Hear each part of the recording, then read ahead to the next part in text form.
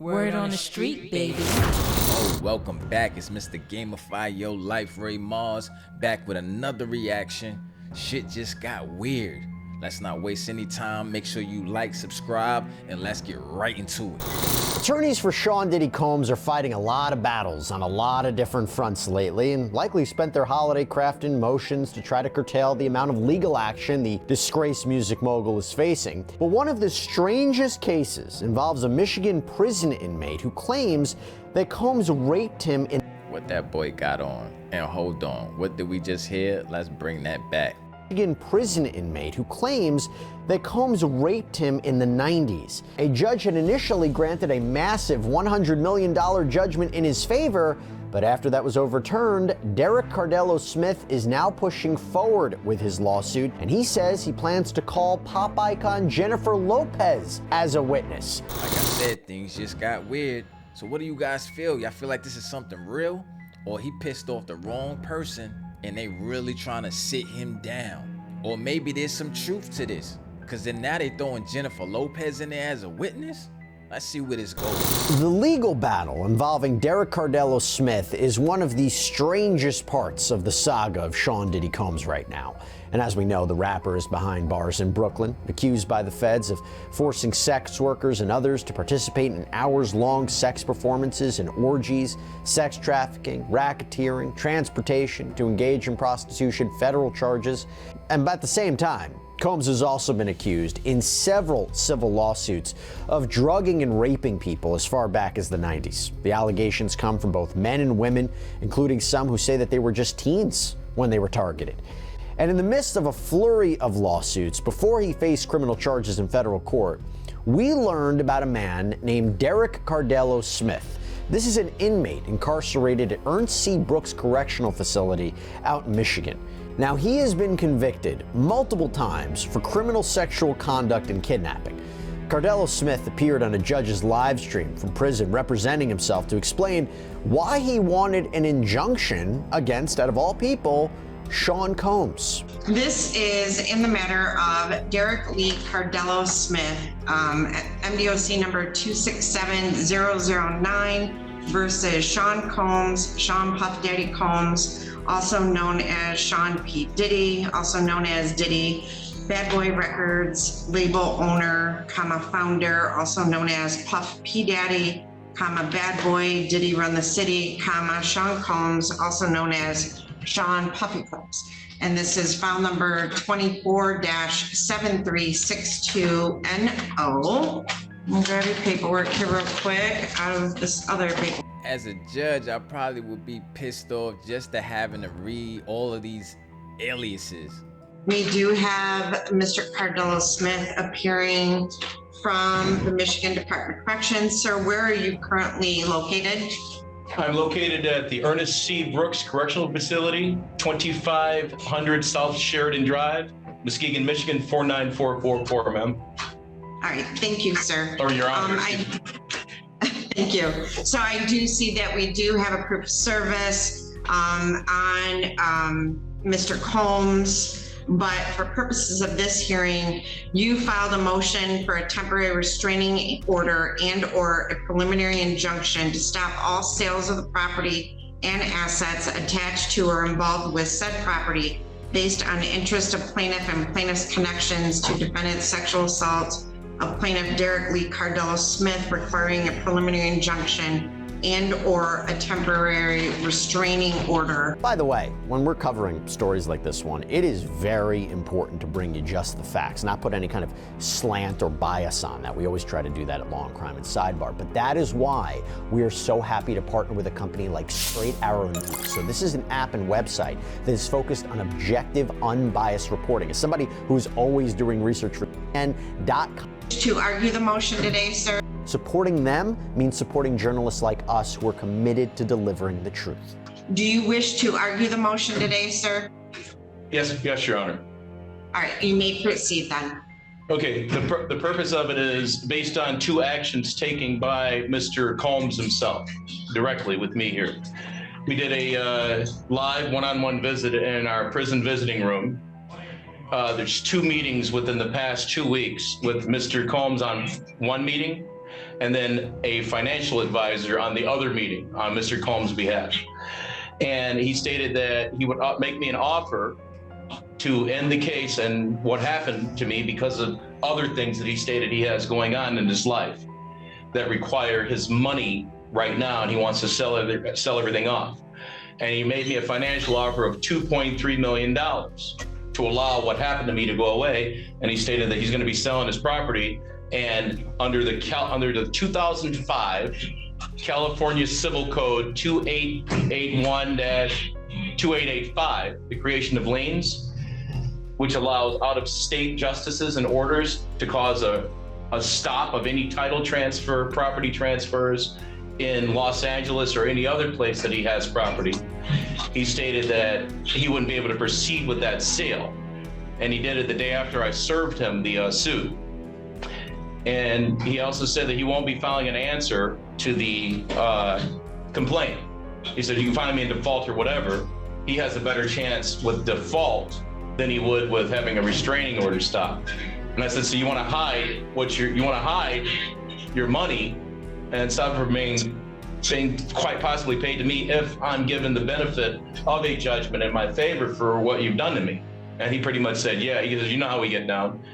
And I said, okay, well, I disagree with how you get down. Your sale shouldn't go through. So I'm gonna, hold on. I'm sorry. Cadello Smith. Yo, this is wild.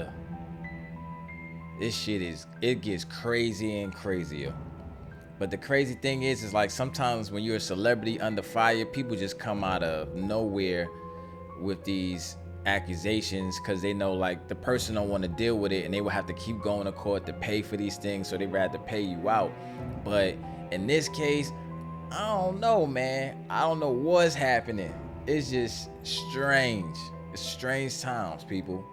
Okay, so you went in a different direction than I thought you were going into. I thought we were just going to focus. No. We are. You kind of went off on a different direction than what your actual motion was. Yeah. So what I just want to say is settlement negotiations. Yeah. I'm sorry. In this case, they're probably better not. Yeah, they're not to be placed on the record today. Okay. I apologize. No, it's okay. You're not an attorney. I understand that. So if we can just backtrack and focus just on your motion. Ma'am. I get what you want. Okay, thank you.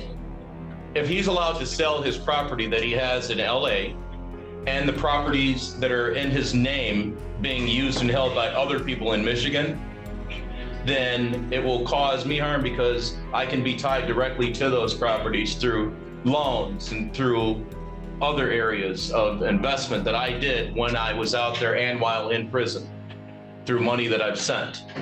And if he's allowed to go through with any of the sales, I won't be able to recoup any of my monies or anything from him as a result of any possible judgment in this action, if he's allowed to proceed with it. And an injunction or a restraining order would help ensure that he's not manipulating and selling the property to avoid his responsibility in these matters here. That's what a temporary restraining order would do. It would prevent that from happening. Because it's a very serious matter. It involves a lot of money. And him selling this would help him avoid his liability for these actions done upon me. And I was just hoping that I'd be able to get the restraining order to prevent that. There won't be any harm to him, any of the parties. There won't be any harm to him in any way. And if it's deemed that it's not justified, then he can go ahead and go through with the sale at the end of the case. But one has to be put in place to stop this from happening. Okay. So thank you very much. Yes. So I received your complaint and all the attachments to it. And then I received this motion. And I just wanted to take a moment to review back through the U.S. District Civil Docket and your complaint. So I did do that. That's all. And Yes. okay. Anything else? Everything that you're looking at, they're all tied in together. Every part, as crazy as this seems, as outrageous as it seems, it all ties in. Every bit of it, every facet. Okay. All right. Well, I have a proof of service showing that Mr. Combs was served on July 6th of 2000 and, let me see, is that 24? Yes, Your Honor. Looks like it. 2024. So that was August of 2024, and a month earlier in July, Combs had put his house in the Holmby Hills part of Los Angeles up for sale, and the judge agreed to issue an injunction preventing Combs from selling the property for 90 days while the rest of the case played out. And in the complaint against Combs, Cardella Smith asked for $100 million, claiming Combs drugged and raped him during a party in Detroit in 1997. He also alleges that Combs filmed the assault. And we have also learned through separate filings that Cardella Smith claims that Combs allowed him to invest in Bad Boy Records if he took the blame for a rape case and went to prison. And get this, Whoa, what? Gave him a stake in the company if he, yo, nuts. since Combs seemingly didn't respond to the summons, the judge issued a default judgment against him. That means $100 million was awarded to Cardella Smith. Unfortunately for him, it would not be for too long because Combs' attorneys quickly responded with emergency motions saying they had no idea that this lawsuit was even going on or who Cardella Smith was. So the default judgment was set aside and the case carries on. Now, Mark Agnifilo, who is Combs' lawyer in his federal criminal case, said this is a frivolous lawsuit against a prominent businessman based on obvious fabrications filed by a convicted rapist and serial litigant with an overactive imagination and a thirst for fame. Well, since then, Cardella Smith has been hard at work from inside prison, filing document after document after document with the court. I am talking, by the way, hundreds and hundreds of pages of arguments, case law, exhibits. In fact, he is filing so many documents in so many different courts that he seems to be having trouble keeping things like dates and locations straight. And look, in those filings, he's doing his best to, stick to the legalese and facts of the case. But remember, he is representing himself. He's not an attorney. But he ends up using a lot of underlining, all caps, exclamation points. I said it before, I'll say it again. The fact that he was initially awarded the $100 million, you got to give him credit, right? But look, he is not shy about what he has to say. For example, how about this quote from his proposed 250-page answer to the defendant's motion to dismiss? Yo, so either he really went through some pain shit or he's seeing this shit as the only come up he's ever gonna have in life. $100 million? Yo, I don't know what to think. This is nuts. Defendant Sean Combs is a fake gangster hiding behind his money and his lawyers, and most importantly, his enforcers, who knows that he has committed multiple acts of fraud, and it has been an ongoing thing. His fraud is eternal, and his entire empire was built on rape, torture, being a fake gangster, rapist, brutal, power-hungry, greedy millionaire, and quite simply, he is not a man. Wow. And remember, Combs says he doesn't even know who Cardella Smith is. And we have to be clear about something. Sean Combs has never been criminally charged for rape or sexual assault per se. And as far as the federal charges, he hasn't been found guilty. And for all the lawsuits, he hasn't been found liable in any of them as well. Now, he has entered a not guilty plea in federal court. He strongly denies any of these allegations.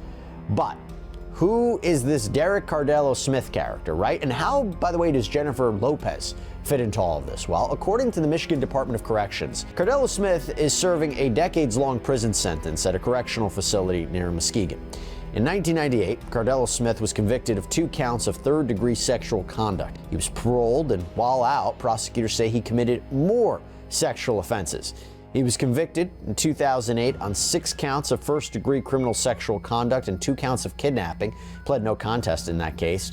And then in 2019, he was convicted of 4 counts of first-degree criminal sexual conduct. And according to the Department of Corrections, the earliest release date for him is 2036. So Cardello Smith, by the way, has appealed all of those convictions over the years and says that he was falsely accused of rape in 1998, that he was set up by police. And by the way, in his filing against Combs, Cardello Smith also claims that there is collusion, that there is a conspiracy afoot, saying and alleging that Detroit police covered up his rape at Combs' instruction. And that is not even the wildest claim in this lawsuit, so let's dig into it. On December 9th, Cardello Smith filed a notice of submission of material witnesses and named 3 people: New York police officer Derek Palmer, former Combs employee Kirk Burroughs, and pop superstar Jennifer Lopez, J-Lo, who dated Combs from 1999 to 2001. And possibly one of the most memorable headline-making moments of their relationship came in December of 1999 when Combs, Lopez, Combs' bodyguard Anthony Wolf Jones, and rapper Jamal Shine Barrow were involved in an argument at a New York City nightclub that led to gunshots. All 4 were arrested on charges after they left the club in a car. Police pulled them over after they ran a red light. A gun was found lying in the car in full view, according to police reports. And the weapon, turns out, had been reported stolen out in Georgia, and none of the people in the car had a license for the gun. Now, the charges against Lopez, they were dropped, and after a trial in New York, Combs and his bodyguard were acquitted. Shine, though, was found guilty of criminal possession of a weapon and first-degree assault. He was acquitted on the charge of attempted murder, and he served nearly 9 years for his charges. He since said that Combs was the one who actually fired the shots, and he took the fall for him. But going back to Cardello Smith's filing, his notice says that Jennifer Lynn Lopez, aka J-Lo, aka Jenny from the Block, quote, will be called as a material witness and expert to Sean Combs' viewing, possession, and distribution of his sexual assault upon the plaintiff in 1997, and the orders of defendant Sean Combs forcing Jennifer Lopez to remain silent about the videotaped sexual assault of plaintiff by defendant. Plaintiff states that the material witness Jennifer Lynn Lopez, also known as J-Lo and Jenny from the Block, was engaged in a relationship with the defendant Sean Combs during 1999 and 2001, and that the sexual assault of the plaintiff was recorded, distributed, and held by the defendant at his New York residence and recording studio. And during the relationship with Jennifer Lopez, she was made privy to this video that was taken by Sean Combs and his employee Kirk Burroughs. She, J-Lo, has known this video existed and was in existence and took no action to make it known to anyone in law enforcement, and that she was even questioned by New York Police Detective Derek Palmer about this matter, and that the report will show that her answers to this tape was and still remains a resounding yes to its existence. And again, Cardello Smith writes that he wants to call Officer Derek Palmer as a witness because he says Palmer is the one who questioned Lopez and believes that he will have testimony that could help his case. Now, as I mentioned, Diddy's legal team has called for this entire case to be thrown out. He naming names. He got names and said somebody gonna be a witness. So either he got something, or there's weird people out there that do weird things just for some kind of attention, or they just bored. I don't know. Cardello Smith has filed a massive response to that request that totaled more than 200 pages. Probably half of it was just straight up copies of case law that seems to support his arguments, word for word. It's something out of like a legal textbook. There's so much to slog through, but I kind of want to give you some of the highlights. So first, in addition to the claims of rape and a cover-up, Cardello Smith also claims and alleges that Combs was violent towards his loved ones. At times, Cardello Smith addresses alleged threats against his family. Other times, he says Combs actually caused serious injuries to his brother. His response reads, defendant used threats of murder to force the plaintiff to not bring the case to any court of law enforcement until the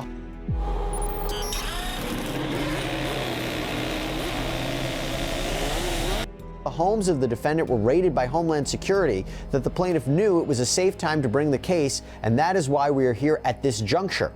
And Cardello Smith argued that fear for his own safety and the safety of his family is one of the main reasons that he waited so long to report the alleged rape, and says that that reason alone should override any issue with the statute of limitations, that these claims might otherwise be time barred.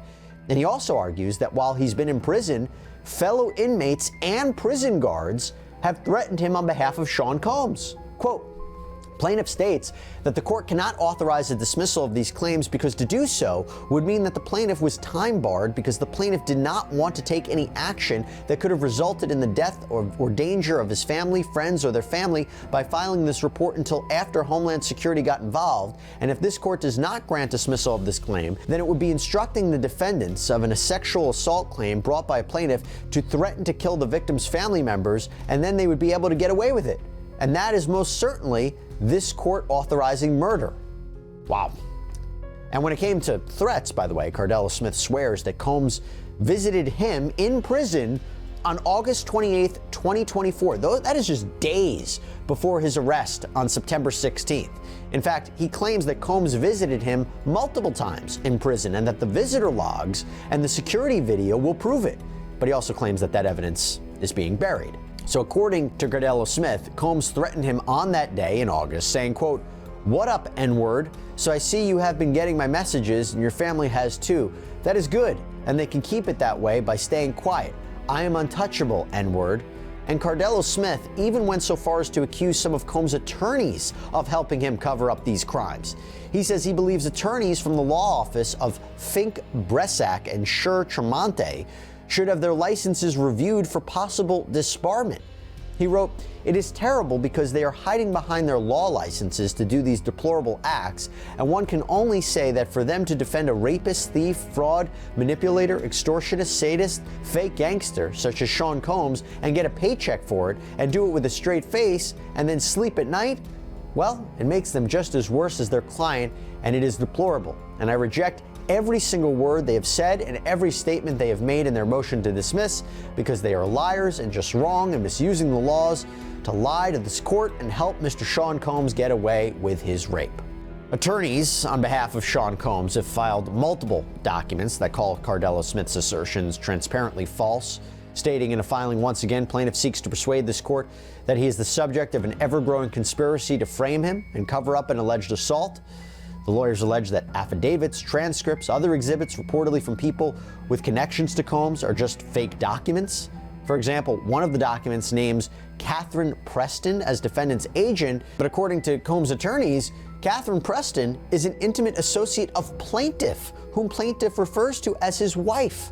They also point out that, quote, "The additions to the proposed response are elaborations on plaintiff's conspiratorial narrative, including the claim that defendant, again Sean Combs, must have had plaintiff's mother killed because the coroner listed her cause of death as undetermined."